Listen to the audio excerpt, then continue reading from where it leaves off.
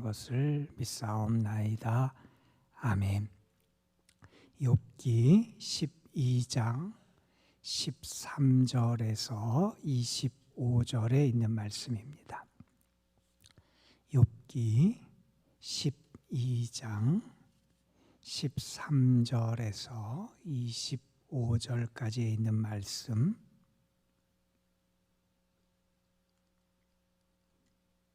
오늘 우리에게 주시는 하나님의 말씀으로 우리 함께 13절부터 25절까지의 말씀 한 목소리로 받들어 읽겠습니다. 지혜와 권능이 하나님께 있고 계략과 명철도 그에게 속하였나니 그가 허르신즉 다시 세울 수 없고 사람을 가두신즉 놓아주지 못하느니라. 그가 물을 막으신즉 곧 마르고 물을 보내신즉 곧 땅을 뒤집나니 능력과 지혜가 그에게 있고 속은 자와 속이는 자가 다 그에게 속하였으므로 모사를 벌거벗겨 끌어가시며 재판장을 어리석은 자가 되게 하시며 왕들이 맨 것을 풀어 그들의 허리를 동이시며 제사장들을 벌거벗겨 끌어가시고 권력이 있는 자를 넘어뜨리시며 충성센 사람들의 말을 물리치시며 늙은 자들의 판단을 빼앗으시며 귀인들에게 멸시를 쏟으시며 강한 자의 띠를 부시며 어두운 가운데에서 은밀한 것을 드러내시며 죽음의 그늘을 광명한 대로 나오게 하시며 민족들을 커지게도 하시고 다시 멸하기도 하시며 민족들을 널리 퍼지게도 하시고 다시 끌려가게도 하시며 만민의 우두머리들의 총명을 빼앗으시고 그들을 길없는 거친들에서 방황하게 하시며 빛없이 캄캄한 데를 더듬게 하시며 취한 사람같이 비틀거리게 하시느니라. 아멘. 오늘은 우리가 욥기 11장부터 15장까지 있는 말씀을 함께 읽고 묵상하는 그러한 날입니다. 오늘 말씀도 계속해서 욥의 친구들과 욥의 대화가 이어지는 그런 내용이에요. 특별히 11장에는 소발이라고 하는 욥의 친구가 와서 욥에게 이야기를 하고 12장, 13장, 14장은 그 소발의 이야기에 대한 욥의 답변, 욥의 반응을 우리에게 보여주는 내용이고 이제 15장부터는 다시 욥과 친구들의 대화의 두 번째 라운드 대담이 이제 시작되게 돼요. 먼저 다시 엘리바스부터 욥에게 이야기하는 그 욥과 친구들의 대화가 이제 15장부터 계속 두 번째로 이어지게 됩니다. 어제 여러분에게 잠깐 그런 말씀을 좀 드렸어요. 우리가 욥과 친구들과의 대화를 우리가 계속해서 읽게 될 거예요. 37장까지 읽고 또 38장부터 하나님과 욥과의 그런 대면의 대화가 나오게 되는데 우리가 읽는 현재의 부분들에서 등장하는 욥의 친구들의 이야기나 그것에 대해서 욥이 답변하고 항변하는 그런 이야기 자체가 어떤 온전한 그런 이야기 자체를 우리에게 보여주지 않을 수도 있다 하는 거예요. 무엇이냐면 욥의 친구들이 욥에게 온 것은 욥을 괴롭히기 위해서 그의 고통을 가중시키기 위해서 온 건 물론 아니지요. 그의 고통당하는 모습과 그 소식을 듣고 그들이 와서 욥에게 충고해주고 그에게 어쨌든 도움을 주기 위해서 왔는데 그들이 욥에게 하는 이야기도 사실은 그들 자신의 어떤 이해와 생각의 틀에 갇혀서 하다 보니까 그 이야기 자체가 좀 모든 것을 잘 설명하기에는 불완전한 모습이 될 때도 있고요. 또한 그들의 이야기에 대한 욥의 답변도 욥 자신의 생각의 틀과 감정의 틀 내에 갇혀서 하다 보니까 나름대로 좀 온전한 성숙한 모습을 보이지 못할 때도 있다. 그 욥의 모든 것의 결론과 그 모든 관점은 우리가 욥기 전체를 읽으면서 특별히 뒷부분에서 그 모든 것이 드러나기 때문에 우리 중간 부분을 읽으면서는 그런 부분을 좀 염두에 둬야 된다는 말씀을 드렸어요. 욥의 친구들이 욥을 찾아와서 고통당하는 욥을 보면서 욥의 친구들이 갖고 했던 기본적인 전제는 그거예요. 하나님은 공의의 하나님, 정의의 하나님인데 내가 고통당하는 것을 보니 하나님 앞에 내가 잘못하고 죄된 것이 있을 거야. 그래서 하나님이 너를 벌하시는 거야. 그러니 내 자신을 살펴봐야 돼. 이렇게 권면을 한 거죠. 물론 이것이 맞는 부분이 많아요. 성경을 보면 하나님은 우리의 잘못에 대해서 징계하시고 심판하시는 하나님이기도 하시지만 우리가 다른 측면에서 보면 사람이 어려움을 겪고 고난을 겪고 시련을 겪는 것은 꼭 잘못된 죄악의 결과만으로만 설명할 수 있는 건 아니잖아요. 설명할 수 없는 고난도 있고요. 또 어떤 고난도 있냐면 의인이 스스로 당하는 고난도 있어요. 복음을 위해서, 의의 길을 위해서 당하는 고난도 있잖아요. 바울은 무슨 얘기를 하냐면 그리스도의 남은 고난을 내 육체에 채워간다는 거예요. 그러니까 그런 측면에서 고난에 대해서 다양하게 말할 수 있는데 어떤 당연히 이러니까 하나님이 벌하시는 거야. 그 측면에서 욥에 대한 것을 다 설명하려고 하는 그들의 그런 이해도 물론 부족한 면이 있죠. 일단 욥의 생각도 좀 부족해요. 어제 우리가 같이 살펴본 말씀에 보면 욥은 자신이 하나님의 관심의 대상이 될 만한 존재가 아닌데 하나님의 관심의 대상이 되는 것을 오히려 자기가 고통당하는 것을 그런 측면에서 이해해요. 그래서 하나님이 자기에게 마음을 두시고 그를 관역 삼으신 것 같다. 뭐 그런 표현까지 하기도 해요. 그런데 우리가 하나님이 그에게 관심을 갖는다고 그래도 그것을 꼭 욥을 고통스럽게 하고 괴롭게 하기 위해서 하나님 관심을 가지시는 게 아니잖아요. 그걸 가지고 우리가 다 설명할 수 없는데 그러한 친구들과 답을 하고 이야기하다 보니까 욥도 어떤 제한적인 자기 생각의 틀에 갇혀서 그렇게 답변하기도 해서 우리가 거기에 등장하는 말씀들의 그런 것들이 다 온전한 그런 설명과 이해는 아니다라고 하는 전제를 가지면서 이 대화의 내용들을 좀 읽을 필요가 있다 하는 겁니다. 좀 아쉬운 부분이 있다는 거예요. 자, 그런데 여러분 오늘 말씀 우리 12장 말씀을 읽었는데 이 12장 말씀은 11장에 등장하는 소발이라는 친구가 욥에게 찾아와서 했던 충고 그의 이야기에 대한 욥의 반응과 답변 가운데 나오는 이야기예요. 소발의 이야기의 얘기는 11장의 얘기는 이런 거예요. 하나님은 전지전능하신 능력의 하나님이라는 거예요. 이것은 욥의 생각과 소발의 생각의 기본적인 전제는 똑같아요. 하나님은 능력의 하나님, 전지전능하신 하나님, 뭐 하나님에 대해서 우리는 무소부재하신 하나님 이렇게도 설명을 하는데 그 하나님에 대해서는 기본적인 이해 전제는 똑같은데 소발은 어떻게 설명하냐면 그 하나님의 능력, 하나님의 전지전능하심이 특별히 어떤 것을 통해서 나타나냐 하면 악의 문제를 다루실 때 나타난다는 거예요. 악을 처리하시고 악을 다루실 때 하나님의 그러한 능력이 나타난다. 그렇다면 내가 지금 고통을 당하고 어려움을 겪는 것은 하나님이 너 속에 있는 너의 죄악 그것을 하나님이 다루시는 거야. 그 가운데 하나님의 그런 것이 나타나는 거야. 이렇게 이야기를 하는 거예요. 그런데 욥은 기본적으로 하나님이 전능하시고 능력이 하나님이라는 것은 같지만 그 소발보다는 조금 다른 측면에서 이해를 하는 거예요. 하나님의 일하심은 단지 그렇게 악에 대해서 그렇게 다루시는 거에만 제한되거나 그렇게 갖춰서 설명할 수 없다라고 하는 게 욥의 이야기 가운데 나오는 이야기예요. 하나님은 자연이라든지 역사라든지 그 모든 것을 다스리고 주관하시는데 우리가 설명할 수 없는 방식 때로는 우리에게 수수께끼 같이 여겨지고 그렇게 나타나고 보이는 것 같은 방식으로도 하나님의 역사와 일을 행하시는 절대적인 주권자가 되시는 분이 하나님이시다 하는 것을 이야기를 합니다.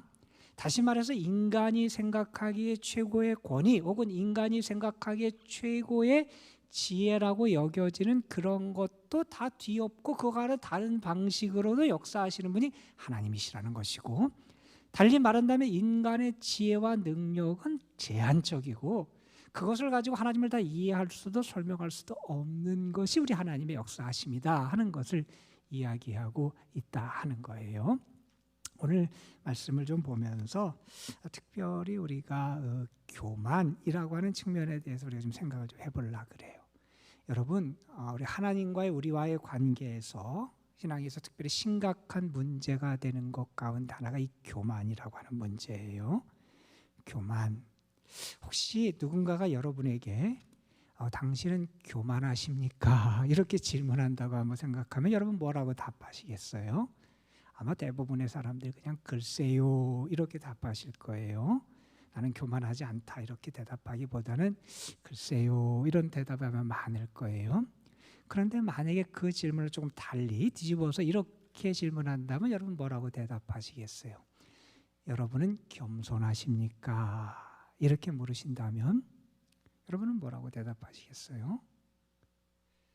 나는 겸손합니다. 이렇게 쉽게 대답하기 참 어려울 거예요. 여러분, 교만이라고 하는 게 나를 높이는 거지요. 내가 하나님을 염두에 두지 않고 내 위에 하나님이 계시고 하나님이 다스리고 역사하심을 내가 인식하거나 인정하지 않고 나를 높이는 게 교만이잖아요. 그런데 우리가 반대로 뒤집어서 생각하면 겸손하지 못한 게 교만이다. 이런 측면에서 생각한다면 내가 과연 교만한 사람일 수도 있겠다. 그런 생각을 우리가 해볼 수 있을 것 같아요.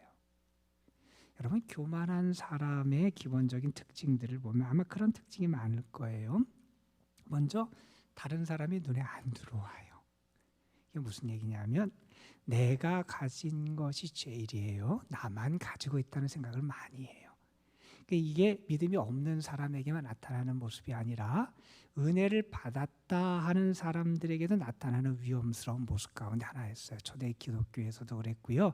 우리 성경에도 그런 사람들이 있어서 교회 문제가 되기도 했어요. 그러니까 나만 하나님의 계시를 받은 거예요. 내가 받은 하나님에 대한 체험, 내가 받은 하나님의 은사, 그게 제일이에요. 그러니까 다른 사람에 대해서 눈에 안 들어와요. 이것을 우리가 영적인 엘리트주의 뭐 이렇게 설명들을 많이 하는데, 그러니까 다른 사람에 대해서는 그냥 무시하고 나만 보이고 내가 가진 것이 제일이라고 이렇게 생각하는 그런 모습들, 그것도 우리가 교만한 모습이라고 말할 수 있을 거예요. 뭐 그런 사람뿐만이 아니라 심지어는 그런 사람도 있지요.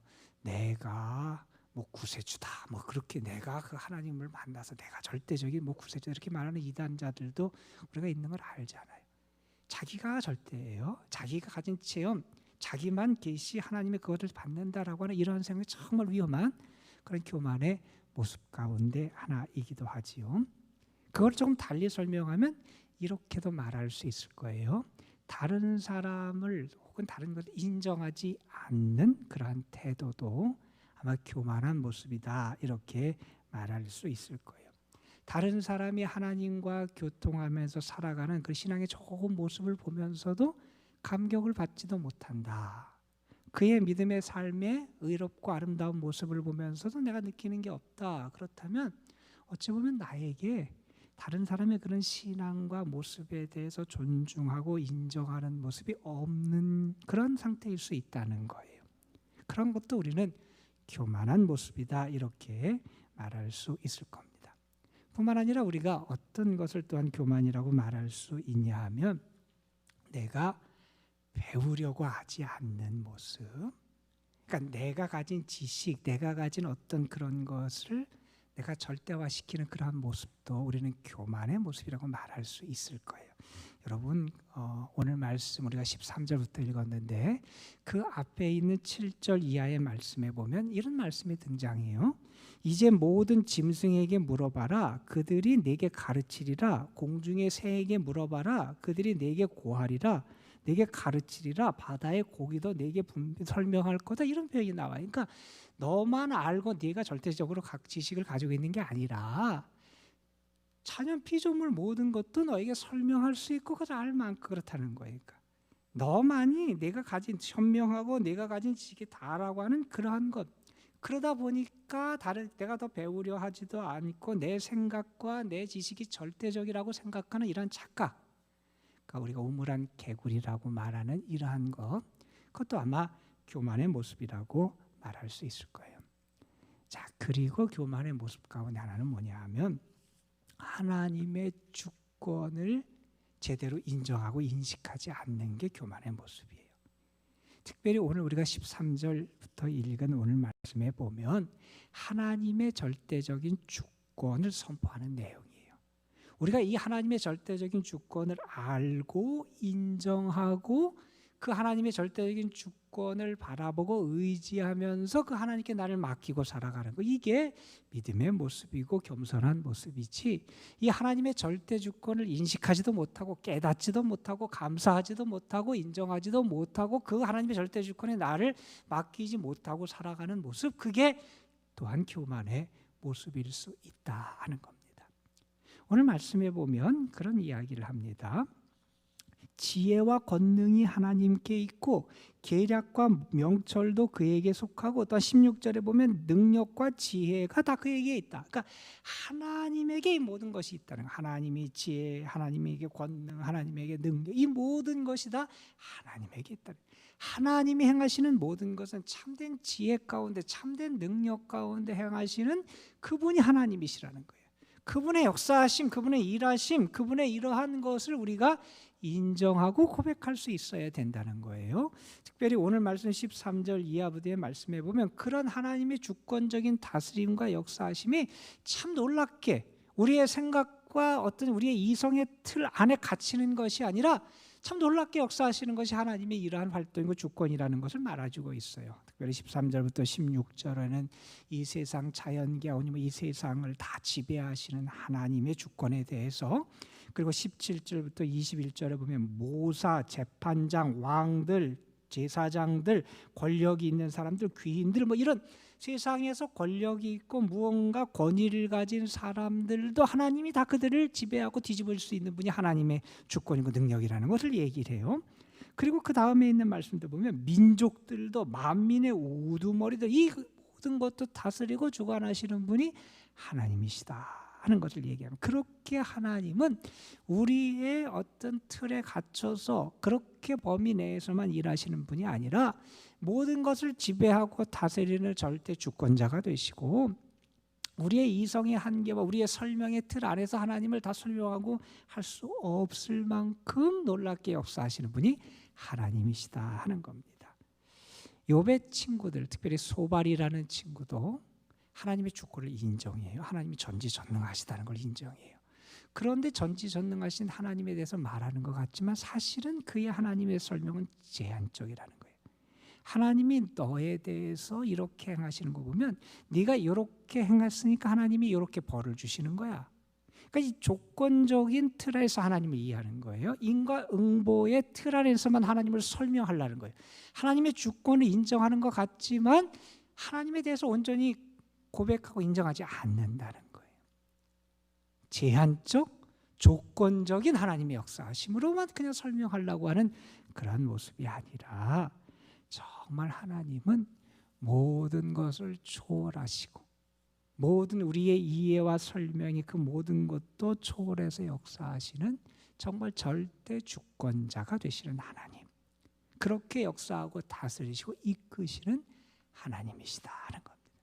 그 하나님의 주권, 하나님의 일하심 역사를 인정하는 것, 그래서 그 하나님께 나를 신뢰하고 맡기고 살아가는 것, 그게 겸손한 신앙의 모습이 되어야 한다. 그런 모습을 우리가 지닐 수 있어야 한다 하는 것을 우리가 오늘 말씀을 통해서, 이 하나님의 절대 주권을 선포하는 말씀을 통해서 우리가 생각해 보게 됩니다. 우리는 그러한 믿음으로 살아가는 사람이에요. 우리는 내가 다 이해하지 못하지만, 내가 다 설명할 수 없지만 하나님은 정말 능력이 있으신 분이고 하나님의 일하심은 온전하고 하나님은 또한 나를 온전한 축복으로 이끄시는 하나님이시고, 그의 그렇게 일하시고 섭리하시고 주권적인 활동을 나는 인정하고 고백하며 신뢰하며 살아가는 사람이다 하는 겁니다. 그러한 믿음을 가지고 살아가는 사람이 고백한 한 글이 있어요. 그 짤막한 글을 잠깐 여러분에게 읽어드리려고 그래요. 한번 들어보세요. 나의 고통 두렵지 않네. 주님 주신 길 가려네. 하나님 나를 아시네. 주님 품에 온전히 안으시고 사랑으로 최선의 길 인도하시네. 기쁘게 주를 따르리. 측량할 길 없는 사랑, 나에게 최선을 주시네. 내게 어둠이 닥쳐도 사랑의 팔로 감싸 모든 필요 채우시네. 나에게 고통도 있고 어려움도 있어요. 내가 다 이해할 수도 없고 설명할 수도 없어요. 그런데 내가 다 파악 못해도, 다 설명할 수 없어도 나는 하나님을 신뢰하는 거예요. 하나님의 주권적인 역사를 인정하는 거예요. 그래서 그 하나님의 인도하심이 나를 맡기는 거예요. 하나님의 절대적인 인도하심과 주권을 신뢰하고 인정하는 믿음. 오늘도 여러분이 그런 믿음으로 하루의 삶을 살아가시고 믿음 가운데 승리하는 하루가 되시기를 주님의 이름으로 축원합니다. 기도하시겠습니다. 아버지 하나님, 오늘도 우리에게 은혜 주셔서 정말 하나님을 온전히 신뢰하는 자로 내 이성, 내 감정, 내 생각, 내 설명으로 다 하나님을 파악하고 말할 수 없을지라도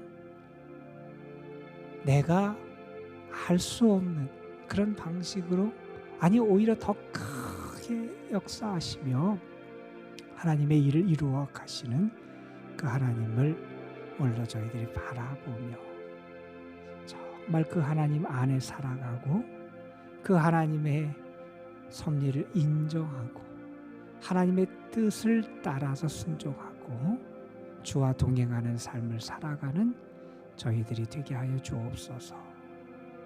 어려울 때 특별히 이 믿음 갖기가 참 어렵습니다. 시련의 때에 하나님의 선하신 뜻을, 하나님의 선하신 인도하심을, 결국 나에게 최선의 길로 이끌어 가시는 하나님의 역사가 있음을 믿고 따르기가 참 어렵습니다. 아버지 하나님, 우리에게 더 큰 은혜를 주시고 더 큰 믿음 주셔서 온전한 신뢰로 하나님을 바라보며 주를 의지하며 주께 맡기며 살아가는 저희들이 되게 하여 주옵소서.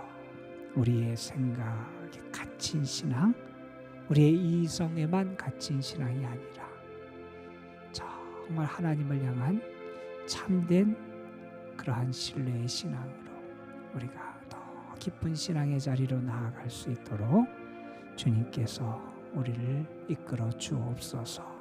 오늘도 하나님 앞에 무명으로 감사의 예물을 드린 손길이 있습니다. 예물 받으시고 그 기도의 제목에 하나님 응답하시고 하나님의 사랑과 은총을 더하여 주옵소서.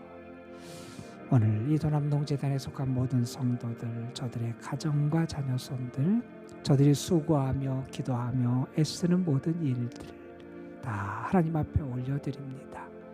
가장 좋은 길로 최선의 것으로 역사하시고 이끌어 가시는 하나님께서 오늘도 저들과 함께 해주시고, 특별히 우리 연로하신 분들, 질병 가운데 어려움을 겪고 믿음으로 하나님을 바라보며 하늘의 은혜를 구하는 이들, 연약한 분들, 어려움 가운데 정말 하나님의 이름을 부르며 부르짖는 영혼들 하나님께서 특별히 사랑하시고 도우시고 저들을 인도하여 주옵소서. 이 시간 하나님 앞에 기도하며 믿음의 제단을 쌓고 하나님께 우리가 부르짖고 나아갑니다. 하늘문을 여시고 우리의 기도에 응답하시며 우리의 삶에 오늘도 하늘의 만나 일용할 양식뿐만 아니라 영적인 은혜의 담비와 능력도 허락하여 주옵소서. 우리 구주 예수 그리스도의 이름으로 감사하며 기도드리옵나이다. 아멘.